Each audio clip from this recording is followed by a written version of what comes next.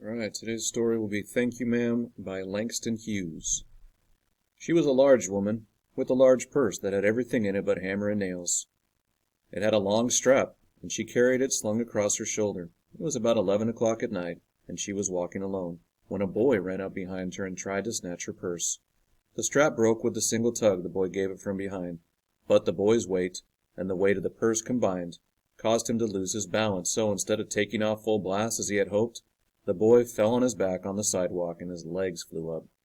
The large woman simply turned around and kicked him right square in his blue jean sitter. Then she reached down, picked the boy up by his shirt front, and shook him until his teeth rattled.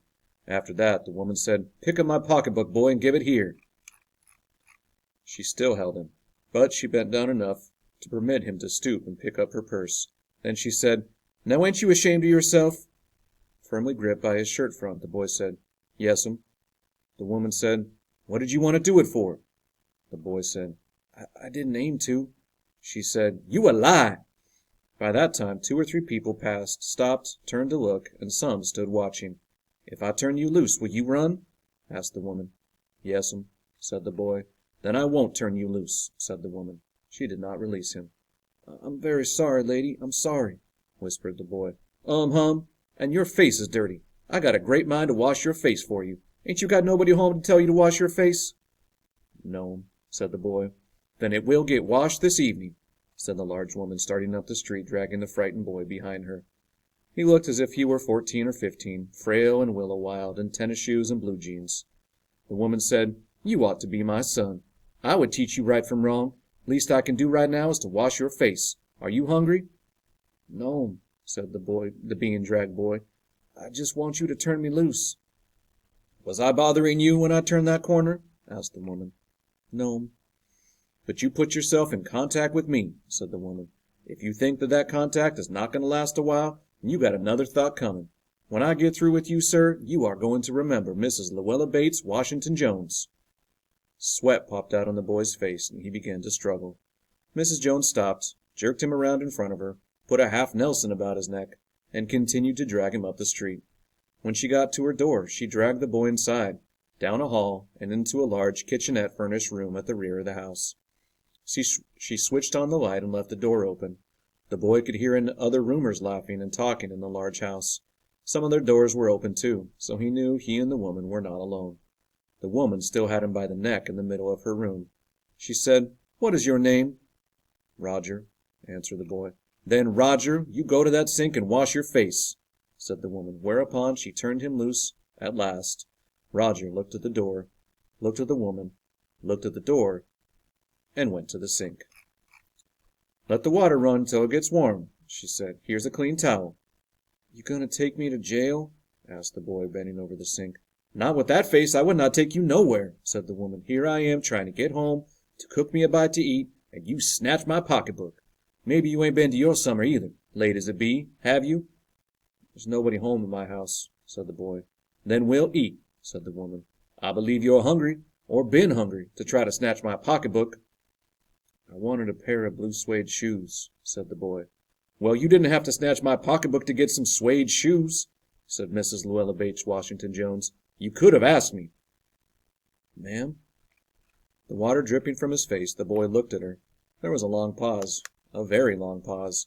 After he had dried his face, and not knowing what else to do, dried it again, the boy turned around, wondering what next. The door was open. He could make a dash for it down the hall. He could run, run, run, run, run. The woman was sitting on the daybed. After a while she said, "I were young once, and I wanted things I could not get." There was another long pause.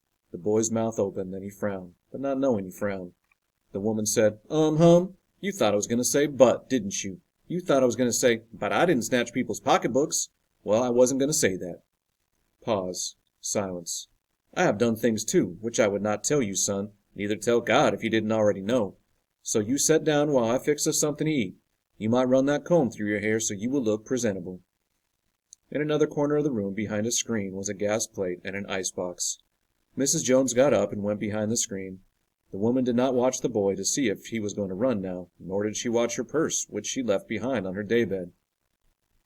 But the boy took care to sit on the far side of the room, where he thought she could easily see him out of the corner of her eye, if she wanted to.